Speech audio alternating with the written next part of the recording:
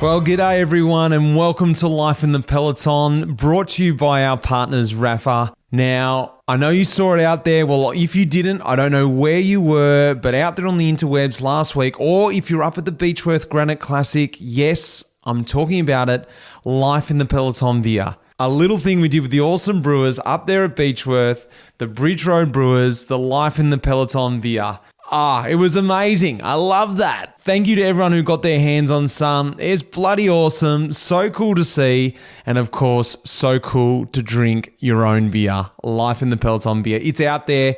There's only a few cans left. There's going to be a few iconic kegs around Melbourne coming to you. So keep your eyes out for them.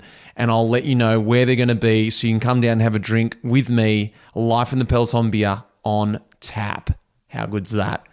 Well, this week, guys, let's talk about it. The episode I've got for you, it's about bikepacking tech, that is. What is bikepacking?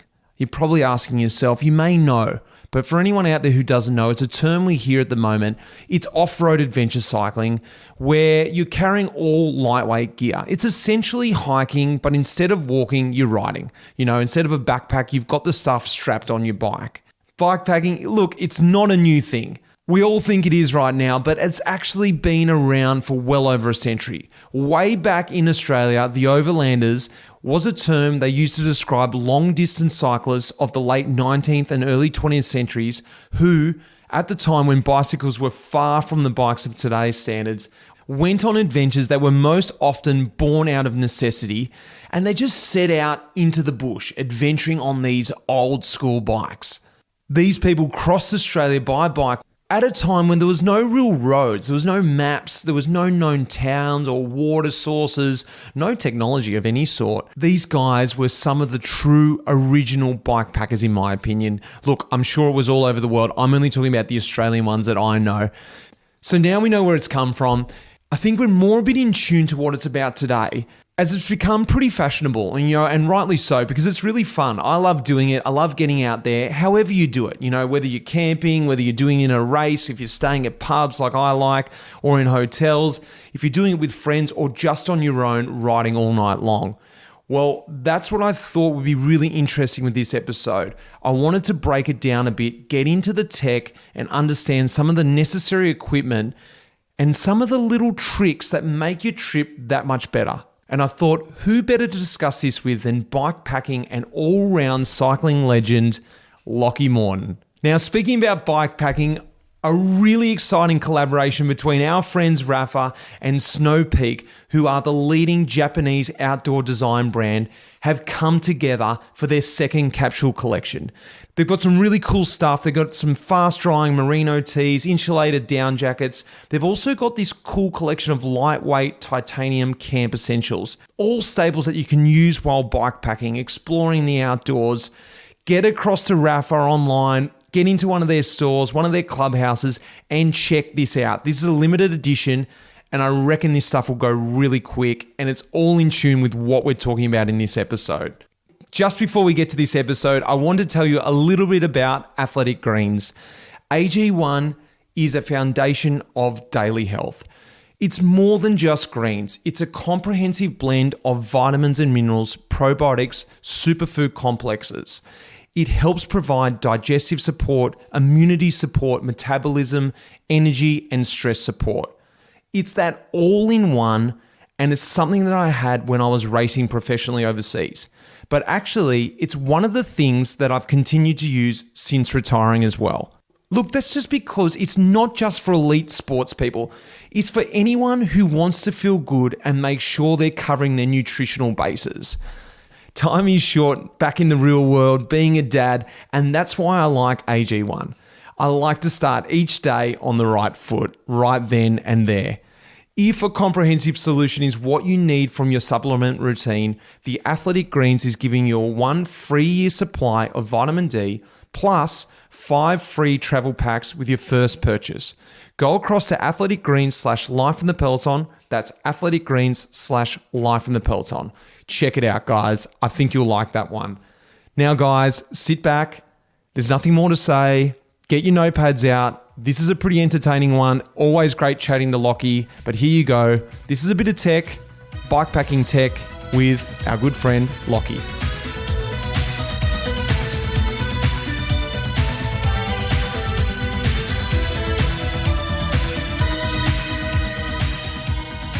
All right, Lachlan, Morton, Lockie, mate, you and I'll link myself into this. We like to do some trips, and I took a lot of inspiration off you, also a good friend of mine, Swain Tuft, about bikepacking, about getting off-road. But with these trips comes a lot of questions. You know, when you put something on the internet, you know, people asking, what about the tires? What about the bags? I had a lot of questions when I did my first trip.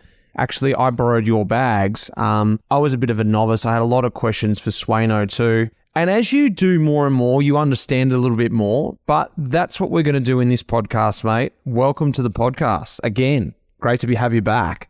Awesome to be back, mate. Been a little minute, but finally recovered from the rat to Adelaide, and good to touch base. I thought there's no one better to ask than yourself about this. Some of the stuff you've done, if anyone hasn't known, you know, GB Duro, probably one of the bigger ones. The old tour that you did, you know, a couple of years ago following the Tour de France. Badlands, one there down in Spain. You've got the Colorado Trail, which is another epic on mountain bikes. 3 Peaks in there, Unbound, Big Sugar, the Gravel Worlds, and then, of course, Rat to Adelaide, among many other trips that you've done. So there's lots of stuff, lots of experience you've got from all your trips, isn't there? Yeah, I think, I discovered bikepacking later on, like after being very much a road racing cyclist. Just fell in love with it. You know, the simplicity of it, the different experience you can have riding a bike that is like a big departure from our kind of relationship traditionally with bikes. It's something that just allows you to, for me anyway, it came back to the beginning, right back to the beginning why I started cycling, just for that adventure side of things. And obviously, and I think you're the same, there comes a point where you sort of lose way of that because you just get involved with the competition and you love the racing. And then, you sort of, well, in my case, much later than you sort of fall out of love with that whole racing scene. I love your story a bit. Not that we're getting into that today, we might as well. But let's talk about that sort of, that curve. You know, you come into it as a young guy, you love it,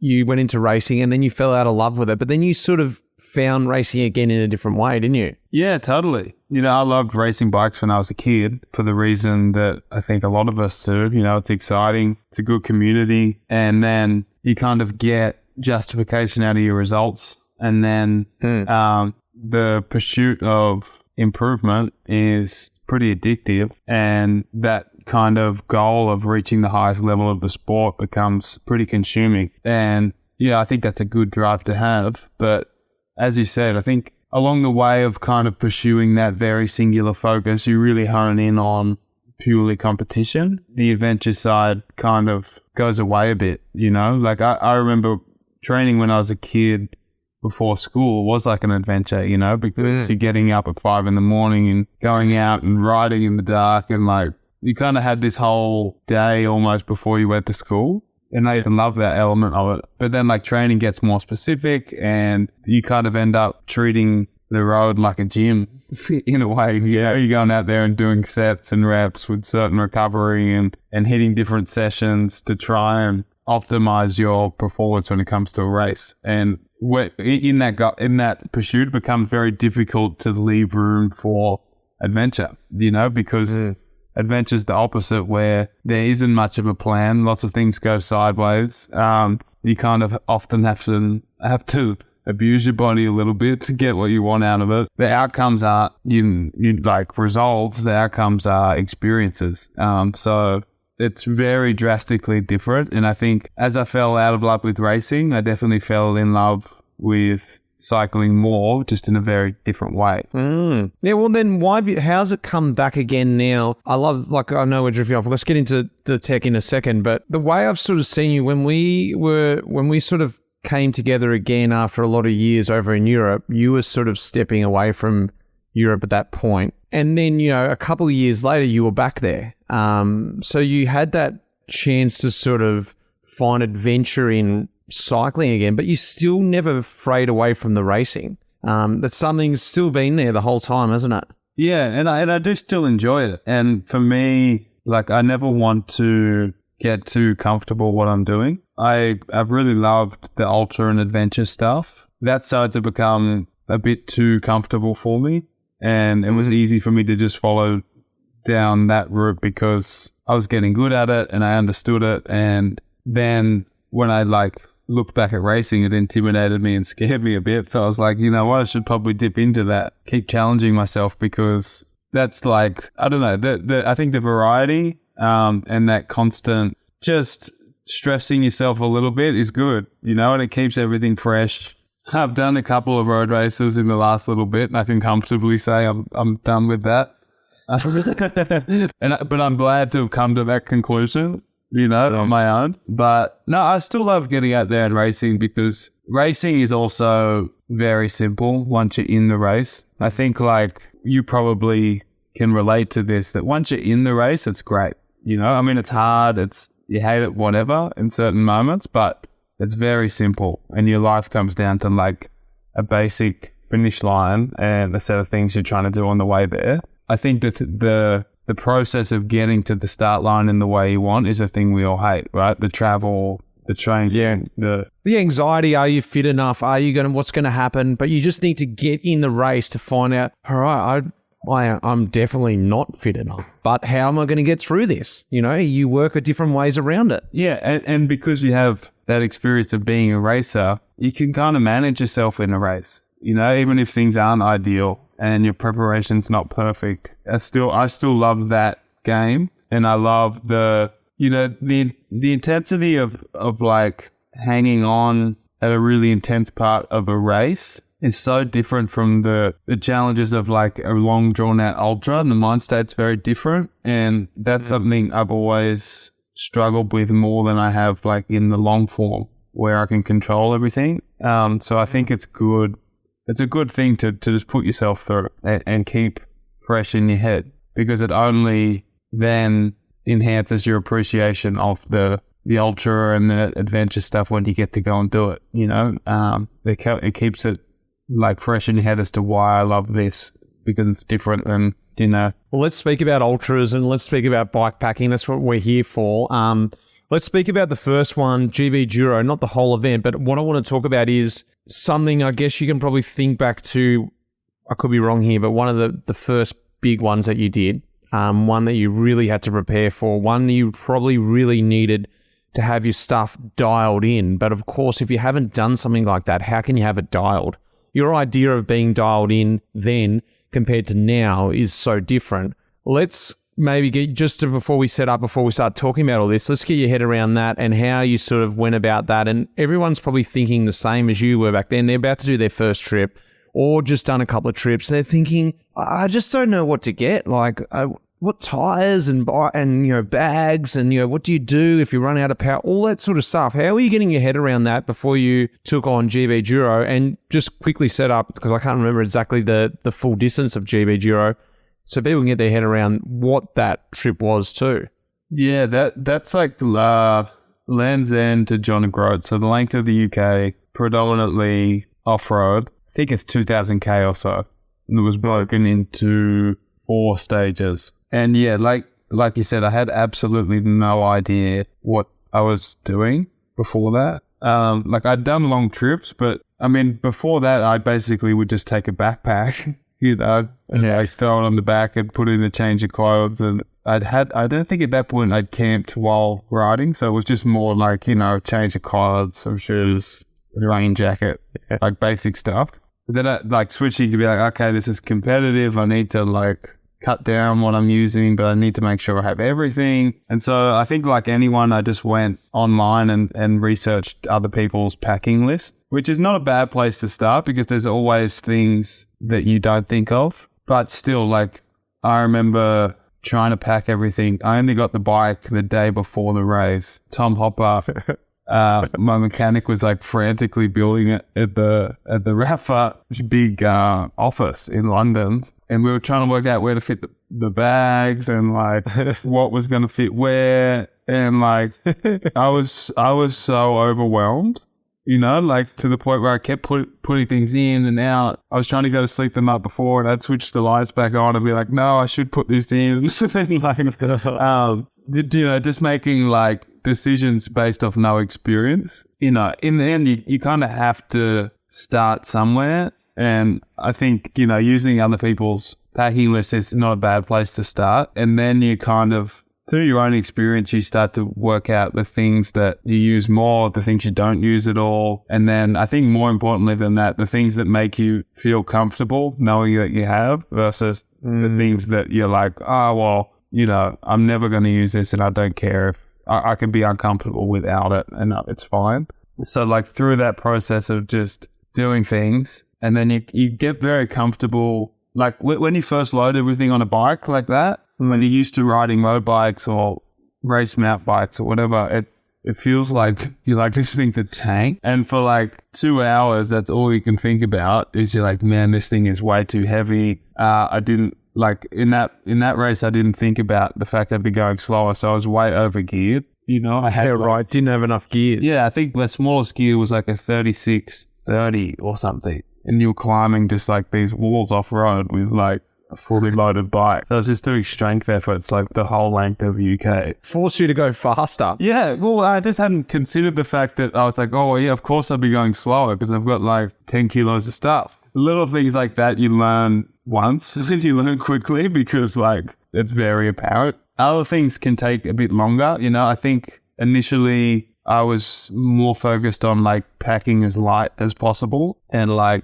cutting down onto like a really light sleeping bag, a really light bivvy, a very small like light mattress. Those things that I think coming from a race background, you just lean towards because you think light is better, light is faster. But then I think, you have a few miserable nights sleep where you're cold and like, You start questioning that again. Yeah, well, then it's all a trade-off, right? Yeah, well, what's the point in packing really light sleep gear if I'm going to have a questionable night's sleep anyway, So, like, through that process of just, I guess just being uncomfortable, you start to realize, yeah, okay, I need these things. And then you work out your own system to where now I can pack, if I was going on a bike trip this afternoon, I could probably have everything packed in an hour because you have like a pretty good system of what I need. Let's speak about packing before you go too far ahead. Let's just start right at the beginning, the packing process. One of the questions I got sent in was, common things packed by people or yourself in the beginning that you think you need, but you can leave at home because you're not going to use it anyway. So like those things that you commonly just continually packed until it gets to like, I don't know, the 5th trip in, you're like, why am I still bringing this thing? Like I still haven't used it. I keep thinking that I'm going to use it. Yeah, I used to pack a full spare chain, like pre-cut. It was when it worked out. I was like, I could carry like 3 quick links and a chain tool instead and like replace it. What else? I used to carry a full spare tire. Oh yeah, I was going to ask you if you'd carried one of them. Yeah, but now I just carry a lot more boots and super glue.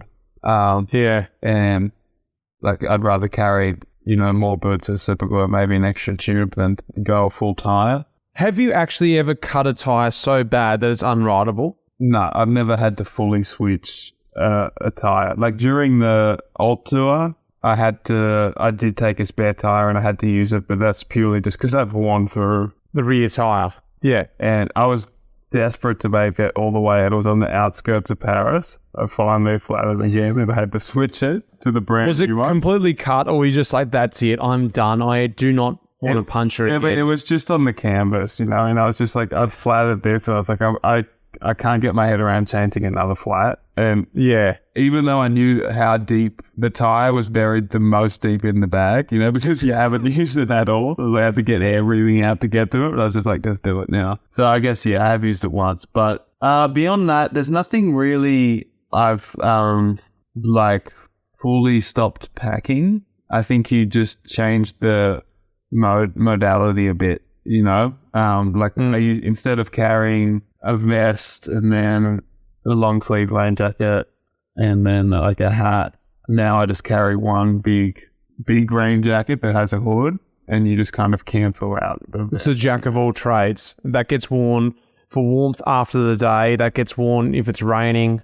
That gets worn, on a descent, whatever. Yeah, or like the t-shirt or long shirt that I would carry for off the bike. Now I just have I carry like a long sleeve undershirt and neck thing that I can use if it gets really cold. I very rarely have to use it riding, so it's good for off the bike. But then you kind of kill two birds with one stone. So I think you just slowly gravitate to for me, it's like I go to the exact same pieces of kit that I've found.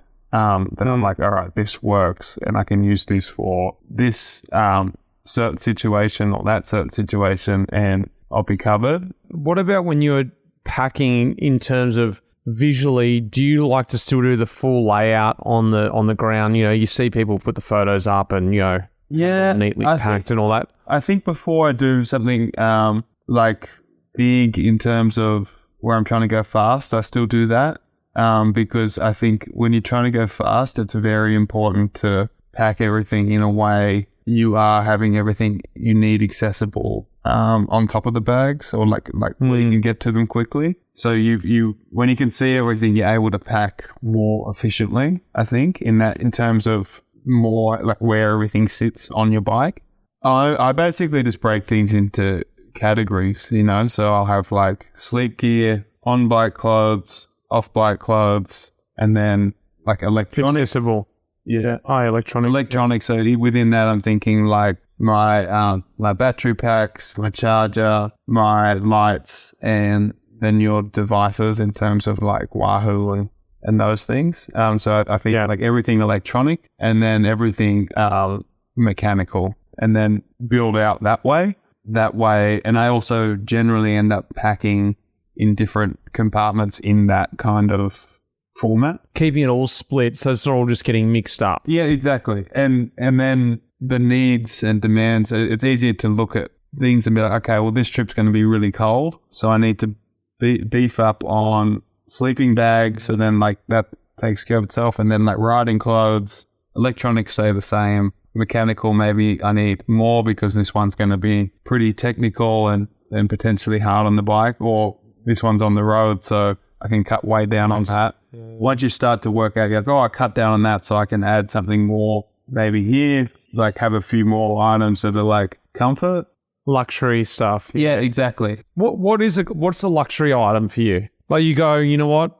I really probably shouldn't be taking this, but I need it. The foam mat. If I can fit the foam mat, that's a luxury because I'm more comfortable in that than an air mat. It's obviously way bigger, takes way more space. One that just doesn't pack down, one that just rolls. A foldable. You get ones that are kind of a foldable one. So if you take a full one of those, it's a big chunk of space.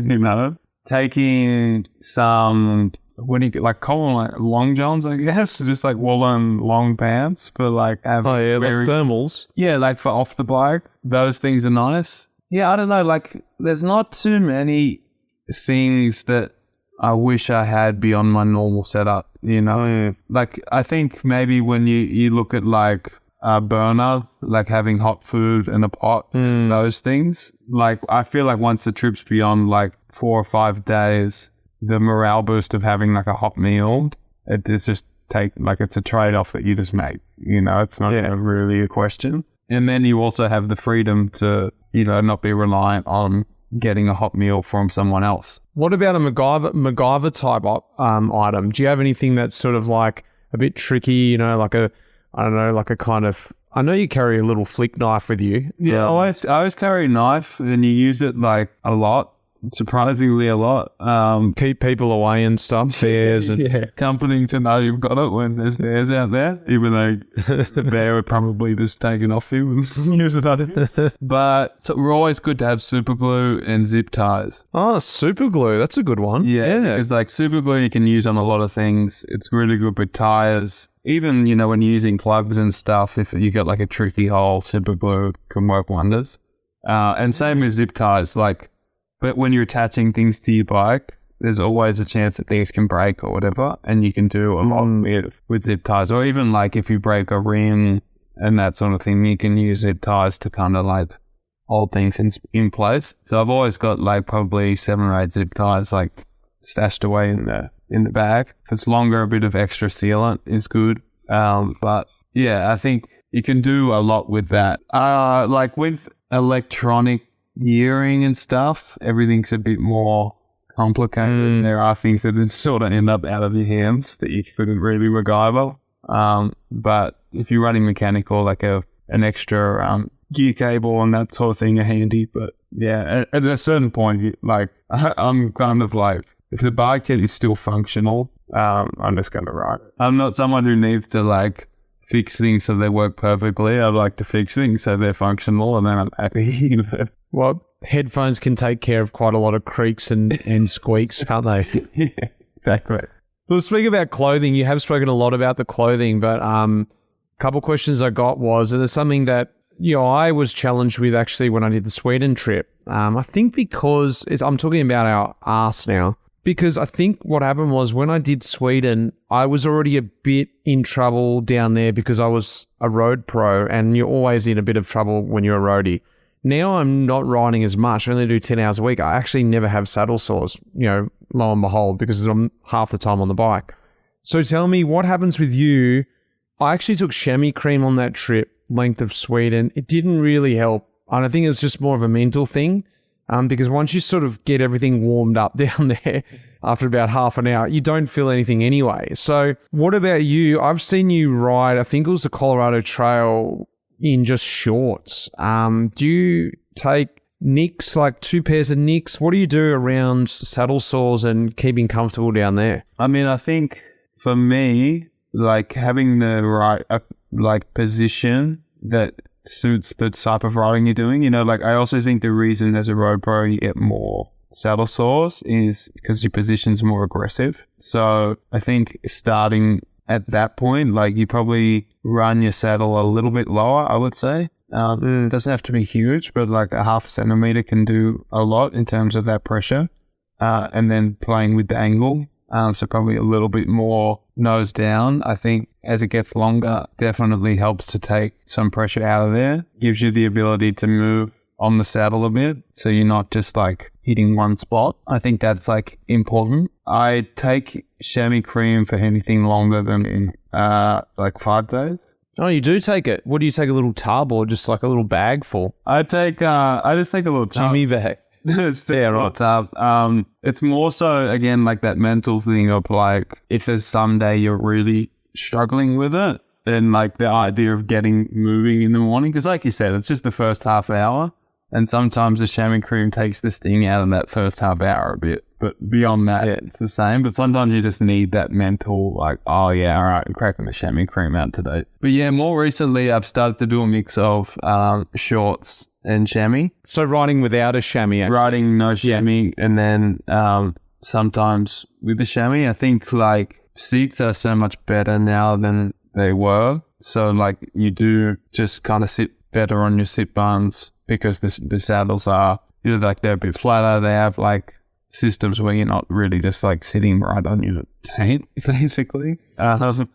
So shorts, once you get used to it, you can actually do a lot without a chamois. A chamois is still more comfortable, but I think, again, it's like the variety. Like, so yeah, for Colorado Trail, I did the first half just in shorts, and then you start to, like as always, you get like some sort of friction points. When I put your chamois on, the friction points are like totally different. So you kind of get like, fresh ass for the second half. Have you ever thought about getting shorts made without chamois, like as in bike shorts? Yeah, I think that would be like ideal. Like shorts, they do get annoying just because like they don't sit in one spot. Yeah, I think if I could have like a chamois left set of nicks, I would probably use those in conjunction still with a chamois and just alternate. But also just like, it's good to have like another set of shorts, just because like the biggest thing with chamois is you have to keep them very clean. So like I always take a big bit of soap so I can like absolutely scrub them every day. Then like it's good to have another chamois that's dry, so you never like get using a wet chamois. Yeah, that was a piece of, I can't remember who gave me that advice. I think it was you, to take 2 pairs of nicks, and you're thinking at the time, yeah, but I'm just trying to save weight, and all this sort of ideas. And then you've got like, I don't know, a book in there or something. It's like that's essentially like 5 pairs of Nicks in weight, you know. So it's like once you get over that, you're like putting on a dry pair of shorts, and then you pull out that slightly damp pair when you arrive, and you know that's going to dry easily overnight, and the set that you wash, and it's a nice process, that 2-day process to dry the shorts. Yeah, exactly. And during the old tour, I just ran like an inner tube around my rear pack. And that was like the clothesline. So I would just tie the Nicks on the outside, or anything that was wet and still needed to dry it. I would just tie it to the tube, so it's just out and drying. Just flapping in the wind. Yeah. I mean, you don't have it like, not like fully hanging off the back, but like tied in a way where it's like getting sun or whatever. But yeah, it's just like a little clothesline on the back.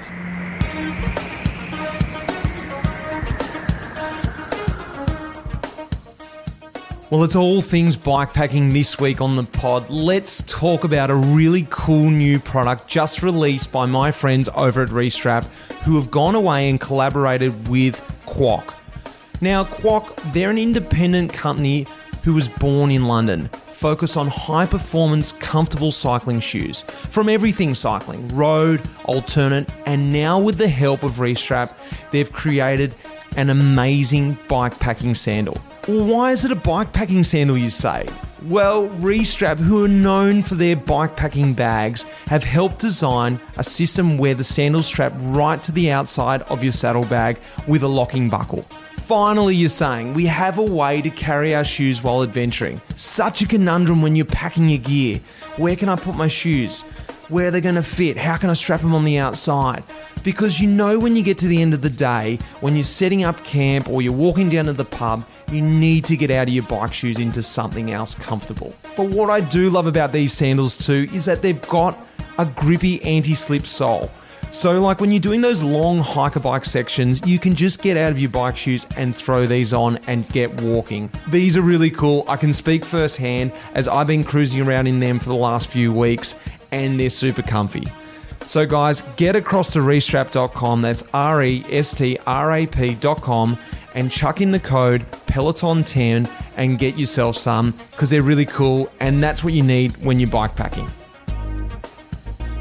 What about shoes? Like, this is something that I've struggled with over the last few years, is trying to find the right shoe that, one, serves the purpose what I need when I get there. Sometimes I just go with the gravel shoes and use them as the shoes to walk around in. But then sometimes it's nice just to get out of your shoes, but you can't go into a pub with bare feet, or wherever you are. And they're annoying to pack. What do you do for shoes? Just started using like the Vibram toe shoes. They're great because like they are a shoe. They pack like really small, or you could fit them in your pocket. I hate it when I can't get out of my bike shoes at the end of the day. And also like I've had enough issues where just from your feet being wet, you kind of end up getting like a trench foot basically.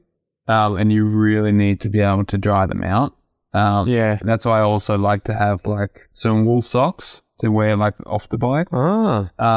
Like again, it seems like a luxury item, but it's very necessary, I think, to like keep your feet good and healthy. I almost never wear road shoes anymore. I just prefer during the day, the walkability and convenience of having like an SPD shoe. Yeah, for the amount of benefit you get out of a road shoe over a gravel shoe, it's questionable anyway when we're just rolling along. We're not talking about, high percenters, trying to drop someone up a Mont Ventoux or something, are we? Yeah, and all those things, they only really matter at like a very high power. Yeah. Like when you're sprinting out of a corner or, like in the gutter or like those, like when you're like, all right, I'm really putting out maximum power here. Whereas now, I think I prefer a shoe that's not quite as stiff and maybe doesn't have like a full plate so that they're way more walkable. And even I think when you're pedaling for really long periods of time, it's actually good to have a bit of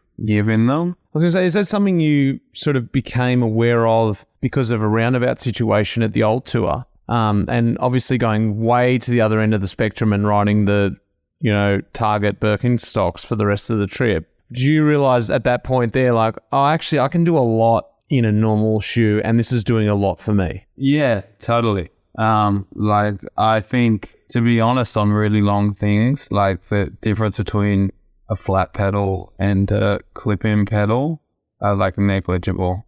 Like in my experience, it's only when you're going like above a threshold pace that like the trade-off starts to, favor a clip-in shoe. Yeah, I think for really long stuff, like I would gravitate more towards a more relaxed cleat at least, or just like even flats I think are a good option, especially when it comes to if someone hasn't spent a lot of time on the bike or they're pretty time crunched beforehand. I think like your chances of injury and that are pretty like reduced. It's pretty significant. Let's talk about bags. A massive point to the trip. I guess I just want to sort of hear about your setup, something that I learned from you, and maybe you've changed now because you've got the tail fin, is it called? When you first spoke to me about bags, I think back to that trip, you were like, you probably want a fair bit of weight in the front, and I was thinking of packing quite a lot of stuff in that roll that you initially lent me. Yeah. And then having the back quite light, just purely because you don't want that sort of tail fin. You don't want a big sort of tail whip at the back. Yeah. Turbo whip, we like to call it. Something that's moving around when you get out of the seat and all that sort of things. What's your opinion now, and how do you sort of like to pack your bike? What do you think works best in terms of distributing the weight over the bags? Yeah, I think the lower you can get the weight, the better. So, I think it's simple to put it on the handlebars because like that is lower than the seat generally. But also when you're riding out of the seat, it's a more static position. I've started to use like a roll that kind of fits below the down tube. So I kind of the bottom bracket. Yeah, I kind of run all like the spares and stuff that I really hope I don't have to use, but it's quite heavy down there, which helps to like take a bit of weight from being up high. The rack I use now is like rigid on the rear, so you can get away with packing it a bit heavier and it doesn't move as much. But I think like you want to avoid putting too much weight in any one spot, really. I think like if you are sort of stuck with only two options, because I think a lot of people generally it's like, all right, they're going to run a saddlebag where they're going to put a lot of weight, and then they're going to run like a front roll because they're the two obvious options. I would tend towards making sure you had a pretty significant front roll to keep a bit more weight there. It also, I think it helps the bike handle a bit better, keeps the weight kind of on the front and that front tire like pretty grounded. What about fork mounts? I mean, fork mounts are sweet. That's like ideal, but I think like they're kind of bike dependent. You can get around it a little bit with like different aftermarket sort of like fork mounts, but then you're generally dealing with like a separate fixture. So like whether that's zip ties or something, and then that's just stuff that over the course of, if you're doing a significant ride, those things kind of tend to become a weak point. So I think if you have the proper mounts, like where you can mount a bag directly to the bike, that's the best. You should run with that. Like fork mounts are great because it keeps everything low and like the handling is, much better. And for people who are going fast, like on their own, I guess they'll probably worry about like the aero implications of that. But yeah, I don't know. What about this? I actually got a question sent in. Is weight as much of a factor in bike packing as it is in World Tour racing? No, I think, like I said, my perspective on that has shifted a lot. Like, yeah, you don't want to carry so much that like it makes the bike just like a nightmare to ride or super slow. Well, I don't. Yeah. I've kind of learned that like the amount of energy I would spend worrying about not having something would add up to be more than just bringing it, if that makes sense. Even like just being comfortable knowing you have like a really thick sleeping bag and a waterproof bivvy that you'll be comfortable no matter where you end up. You're much more comfortable to push further into more questionable situations just because you're covered. You forget about the weight. If you get cold once, the idea of having a light setup kind of feels pretty stupid at that point, So I carry more now than when I started, and I think it doesn't really slow me down. What about aerodynamics? You did mention it before, and something that I had at Sweden was pretty aero setup, even aero bags. I was using like underneath the aero bars. I had a nice bag mounted there. Everything was seamless. And it was actually a perfect trip for that because we were doing mainly 35, 40K an hour the whole time, not knowing much. And I just sort of went into it. Don't even know why I went that aero option. That was what Restrap supplied me with, so I went for it. But actually, in hindsight, it was the best setup. Yeah. Are you thinking about aerodynamics sometimes, like Colorado Trail? Are you thinking this is probably going to catch a bit of wind? Or Colorado Trail, not at all, because I think the average speed is like 12 k's an hour or something. For that, I would definitely favor the weight distribution, more like working that out and putting something like there. I used a fork mount that would be horrible in a wind tunnel. But it kept the weight in a really nice spot, and it meant I could get to my sleeping gear super easy. And then that took preference. Whereas like at the Ultra, where I was cranking along like pretty quick, I ended up using I got like a full frame bag made, put everything like in the middle of the bike. Yeah, it was significantly more aero because I could get away with not running as much up the front. In that scenario, yes, that was helpful. But I think with the second you're kind of getting more off-road, I think the handling of the bike and the way it's secured becomes more important. Accessibility is like a big thing, especially when you're racing or trying to push on a bit, like doing big days or whatever. If your gear is not easy to get to, you don't use it when you should, because you're just like, I'll just keep pushing on. Oh, it's too annoying to get to. Exactly, that's when you make mistakes, because you're like, this food is like underneath that and I'm getting a bit hungry. I could get it. You're like, I'll just wait. And then, you don't eat enough, or it starts to sprinkle a bit. Instead of just being like, all right, I'm going to stop now, rain pants, jacket, stay totally dry, you wait. Or push on. Yeah. And you're like, maybe the rain will pass. Then it gets more heavy, and at that point you're soaked, and then you're cold, and then you put the rain jacket on, and it doesn't matter then. Having things accessible and quick to get at, I think that should be a priority, even over aerodynamics, What about bag on you? And I know you've had a Camelback at, say, Badlands and numerous other events, but what about actually, I had this idea about having a jersey that actually had more pockets on it, to be able to access, gels and little things on you, because even though people get the weight off your body, get it on the bike, sometimes it's that fact that you've probably got to stop, unclip, unzip a compartment, get it out. If it's actually on you, even though it's more weight on your body, I felt like I would probably access it more. Yeah, and I think that's definitely valid. Especially, I often use the Camelback, or the pack I use has quite a few pockets on it. Plus, I use the Rapha cargo nick, so I have 2 pockets there, and then 3 in the back. And I make sure the pack I use, I can get into all my jersey pockets too. So then, that becomes really good for food, and food is something you want to be able to get at, your food and your phone. You kind of always need to be able to get at that, or having a light vest or whatever it is in the pocket there is definitely helpful. Yes, there is validity to the fact that having more weight on the body will be more difficult, there's slightly more strain on your hands and your back, your ass. Especially if it's technical, the ability to keep drinking all the time without having to get your hands off the bars. Mm-hmm. Those things, I think, it makes it worthwhile, but it becomes very dependent on the ride and the terrain you're doing. And even at Badlands, I made sure I had enough space in my bag that after the first day, when the backpack finally did get annoying, I did notice the weight of it. I just packed it into my bag, so you had both options. Which goes back to another tip I would say is never have your bags, or if your bags are packed to absolute capacity when you're leaving, you don't have you're in trouble.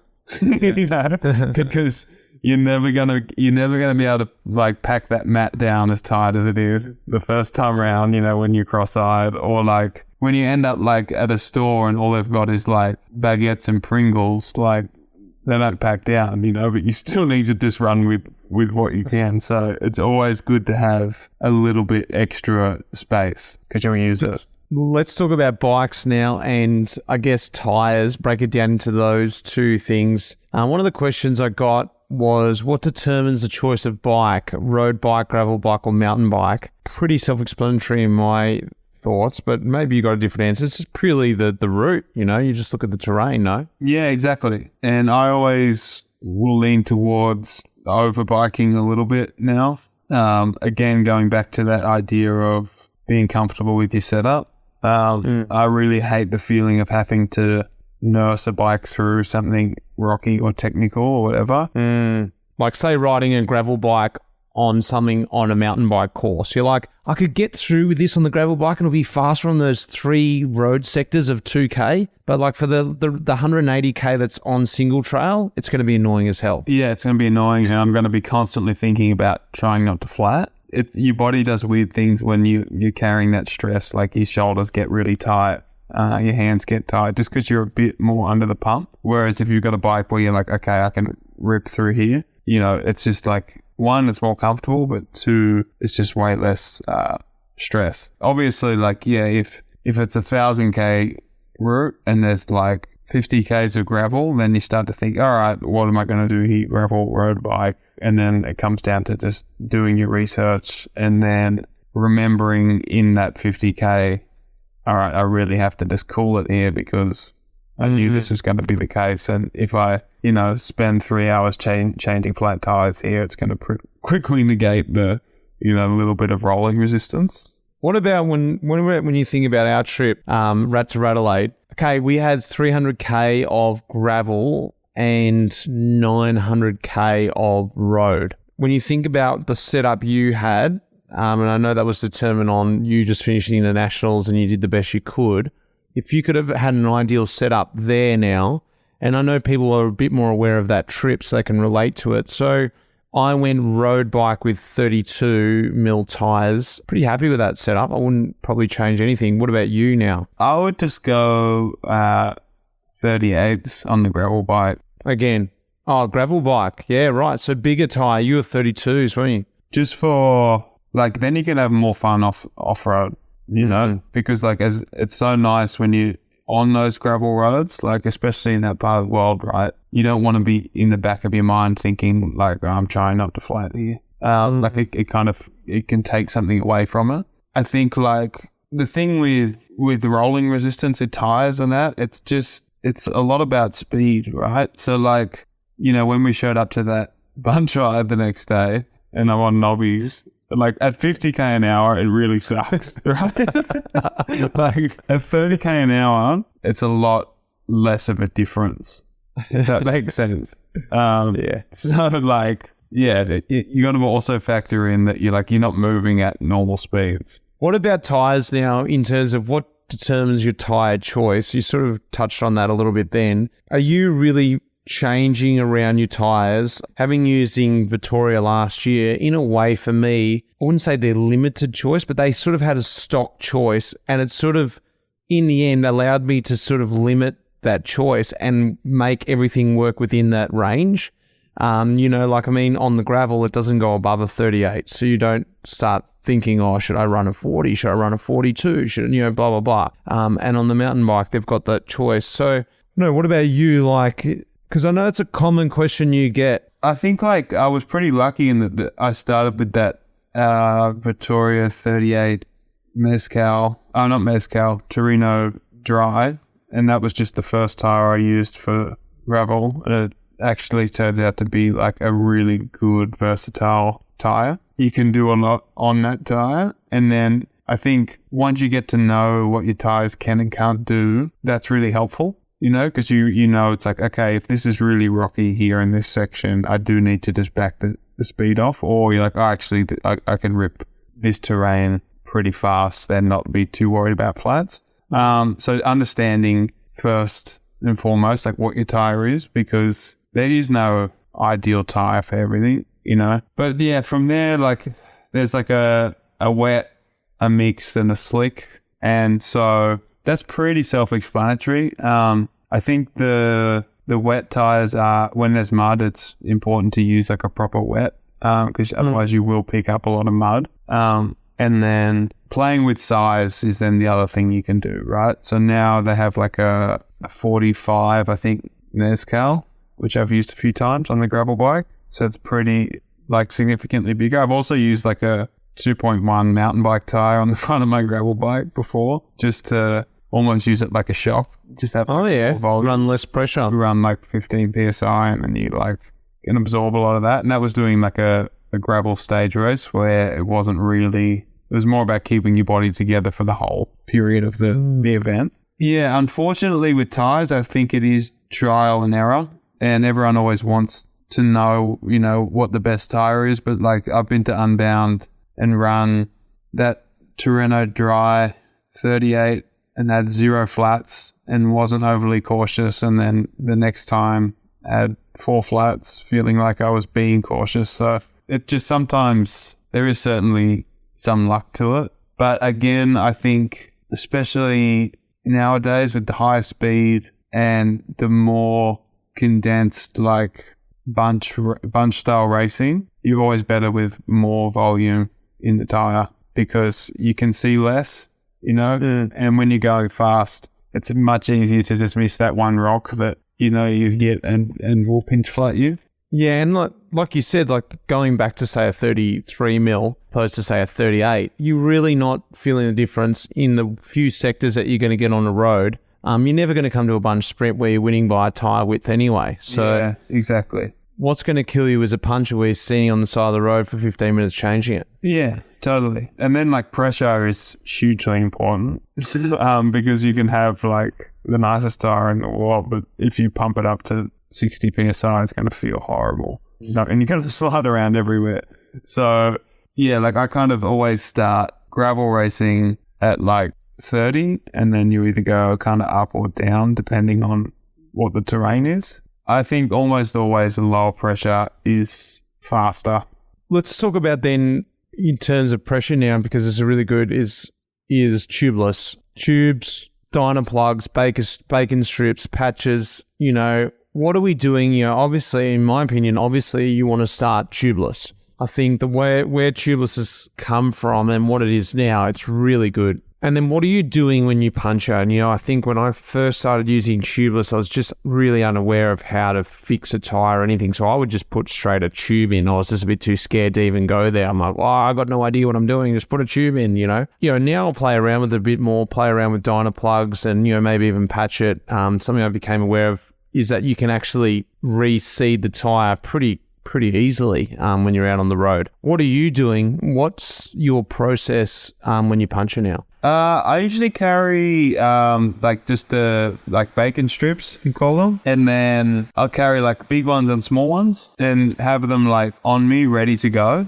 because you know the quicker you can get a plug like in there, the more likely you are to be able to get away with not having to pump it back up. So because a lot of the flats you get racing are just like either small pinch flats or like tiny cuts that you can just put a plug in and it'll just seal it. You do have to practice that method, you know, of getting the plug in there properly and out. Did you literally practice that, or you just practice it because you've had punches? I just practice it through having it out training. But like if you're going to go into an event having never used them and thinking you'll know exactly how to do it, like it is pretty straightforward, but I would practice. But how do you practice? Yeah, you get a worn tire. Even just like if it's still inflated, you could stick the fork into it and puncture it and pull it out. And if it's sealed again, they've essentially done it right. But you also need to look at the hole when you flat it and work out, do I need a big one or a small one? That's like basically my process. And then I'll also carry the little darts because I think they're helpful to kind of like, sometimes if it's really big, you might put a bacon strip in and then like a dart kind of on the side just to fully seal it. And then again, like super glue is helpful. If it's like not quite holding, you can sometimes glue it and hold it and it'll work. Yeah, that's like my go-to is just the strips. I think they work really well and you can fix most tires with them. I also use like inserts, which I think helps like negate a lot of pinch flats that you would otherwise have. Yeah, that's like my go-to. And then obviously you carry a tube for like worst case scenario. Yeah, ideally you don't have to use it. Mate, one of the things that I'm actually quite amazed about myself and only doing a few trips is lights and charging and your phone that you've got to have charged and your Wahoo you've got to have charged? Because you've done way longer trips than I have, and I'm sort of always worrying a little bit about how am I going to charge it, extra battery pack. What do you do when you're on the road with charging and stuff? I just take like a battery pack. I think the one I use is about 25,000, whatever they call milliamp. Whatever the unit is, I use like 25,000, which is a lot. I think you probably charge your phone like 7 or 8 times with that. Right. And I have one that you can put like 3 or 4 cords in, so you can charge things simultaneously. That's how I basically run the power of everything. Because you need to be able to charge, Wahoo, lights, and the phone, and potentially all at the same time. And then I double up on, I always take 2 Wahoos. So you have one charging in the bag at the same time. I have one charged, with the root and everything fully. Normally I don't have to use it. If for whatever reason I make a mistake on charging, I'll have one there ready to go and I'll know where I have to go. I do the same with lights. Most of the time I use just a headlamp, like a really strong, it's like this Phoenix headlamp, and I carry 2 so I can run them both high. You mean you have 2 on at the same time, or you have one to replace the other one? I have one to replace the other one, so I could do like a night with it just like cranked up full gas. You not have to worry about nursing light or going low light just to preserve battery, because that's like a pain. During Colorado Trail, I actually used also 2 handlebar mounted lights that just had replaceable batteries. Like double A's or something? Yeah, which were rechargeable, that I did also recharge. But then on something like that where it's really technical, that's one thing I learned the first time round, that you really need to have a lot of light at night. It's just, it goes back to that idea that like more is better. You think you're going to skimp on it and like it's going to help, but it doesn't. What about dyno hubs? Like, I know Sueno went into the dyno hub for GB Duro because he was worried about, charging and all that, but don't think he had a great experience with it. Don't hold him to that, but I remember him not being that rapt with it. But what's your experience there? I've never used one. I think if you had one that was reliable and you knew how it worked, you could trust it, then I think it would be really nice. It would solve a lot of problems, especially once it got beyond like 4 or 5 days. Because the thing when you're using a battery pack, you are kind of limited to the fact that at least once every 3 days you need to be able to sleep somewhere where you can charge. I mean, a lot of camping grounds you can charge there and it's no issue. But if you do get caught out, like you do still need external charge somewhere. So to be able to produce your own power, that would be nice. But I just think I haven't invested enough time in using one, like outside of competition or whatever, that don't think I would take the risk. Speaking of checking in and where you're going to sleep and stuff, we've got to talk about sleeping arrangements. The last couple of subjects here I think we should try and cover is, camping and hotels. I'm typically a hotel guy or motel, pub, whatever you want to call it, when I go out my bike tripping now. But we've done some stuff camping out together. I've done bivvy. I've also done tent. I've got a cool little tent now. I remember sort of thinking that bivvy was the way to go. It's light, that's the way you got to be if you're out, tripping around. What are you doing now? I've got like I guess it's still considered a bivvy, but it has like a couple of poles. So, I mean, I don't know where you draw a line between what's a tent and what's a bivvy.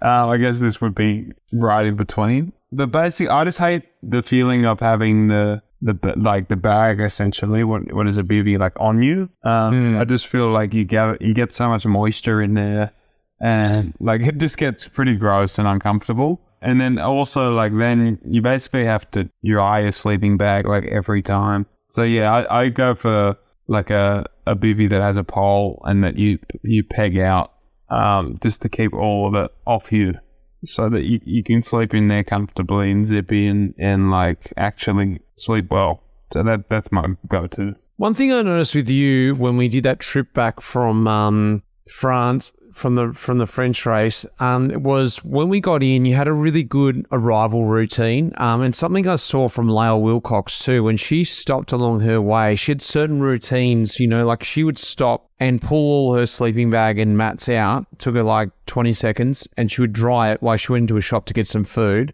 Even if it was 5-10 minutes, she was drying it. She'd pack it back in. Even though that probably took her like 5 minutes longer, she was just working on the drying technique.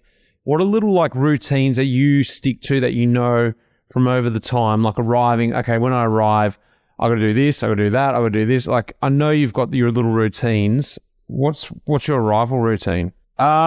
Basically find flat ground first thing. And if you can find like something with a little bit of coverage, from a tree or something, that's like my preference, just in case it does rain or just even general moisture, like used in that, you stay a bit drier if you got some coverage. And then I like to set up the tent first and chuck the mat in, and leave the bag out. Like you said, hang it for a bit, especially if I've used it the night before, just to let it dry while I get food and that ready. And then from there, if I can wash, that's like next stop, get changed, get out of everything I've been wearing, and get whatever I have been wearing as clean as possible so that it's drying straight away. And then once I'm comfortable, have a change of clothes, I'll like get food going, like whatever I'm going to eat. And then as soon as I finish eating, then I'm like, get everything charged before you sleep. Like get everything, whatever you need to charge, make sure it's going. Yeah, I only like throw the bag in generally, sleeping bag, just before I go to bed. I have like in the same little pouch inside of my bivvy, I keep like an eye mask and earplugs. They just like live in there. Once I zip up and I'm in there, like I'm out to the world. Nice. Just sleep like a baby in there.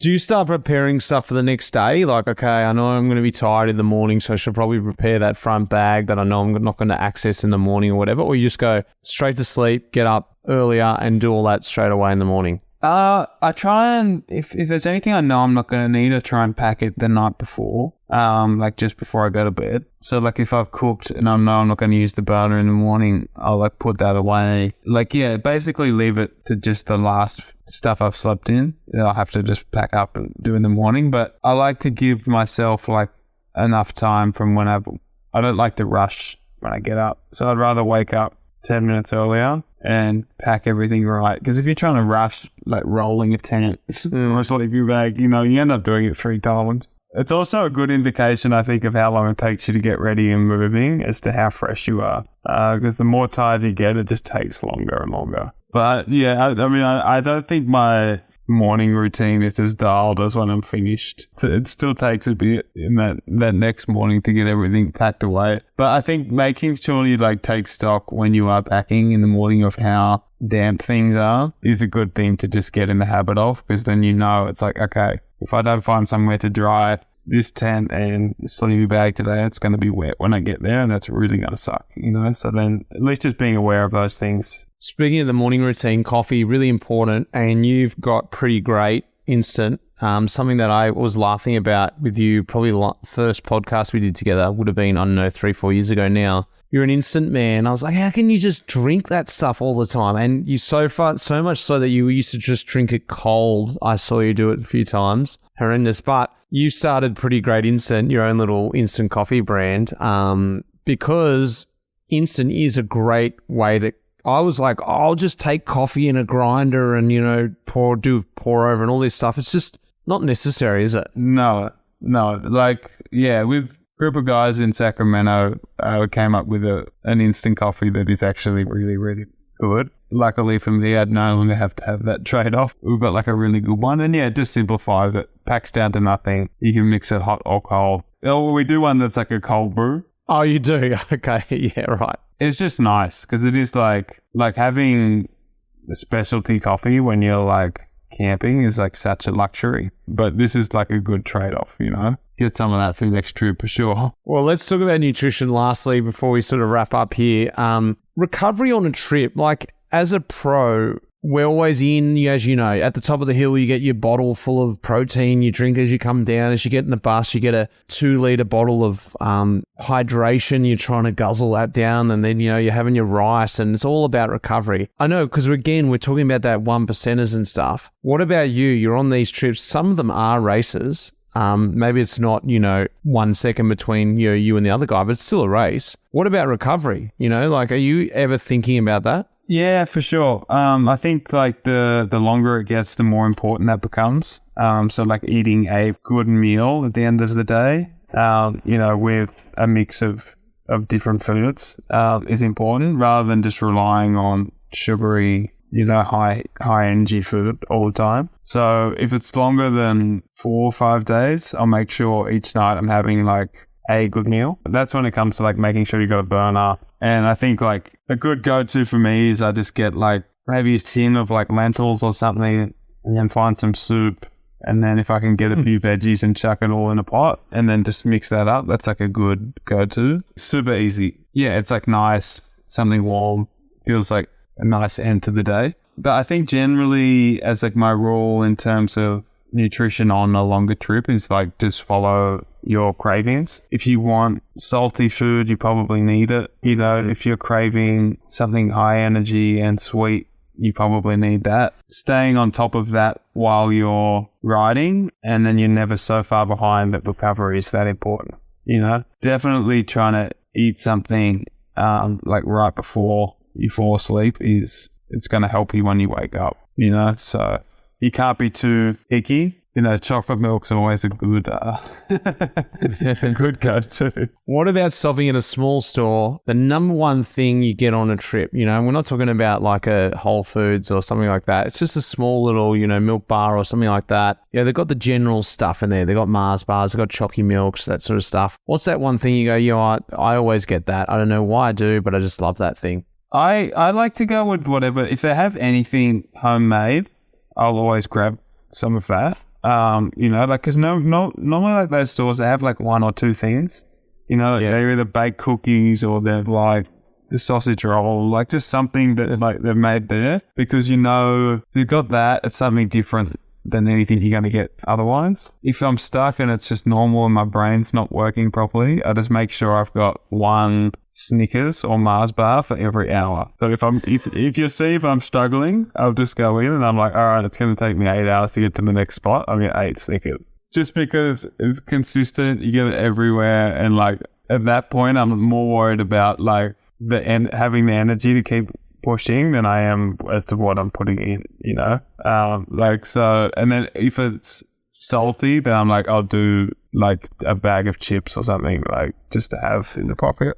Or like roasted nuts or something like salty. But yeah. Mate, it's been great. It's been great getting all these tidbits. I've taken a hell of a lot out of it. Again, I didn't think I was going to, but I know everyone out there listening is going to take something out of it. Do you have one last piece of advice for people either just getting into bike packing or have been bike packing for a while? One thing that you wish someone had told you or has told you maybe?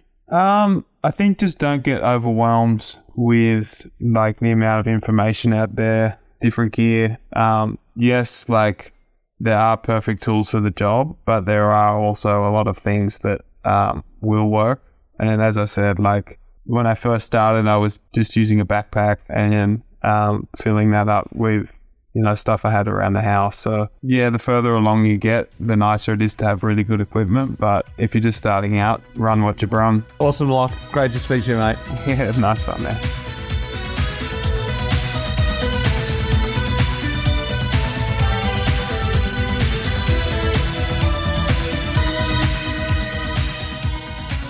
Well, guys, I hope you enjoyed that one. I hope you were able to learn something out of that. I like throwing in a tech episode every so often just to sort of top ourselves up with a little bit of extra knowledge you don't know. I still learned something out of that. I am far from the master when it comes to bike packing.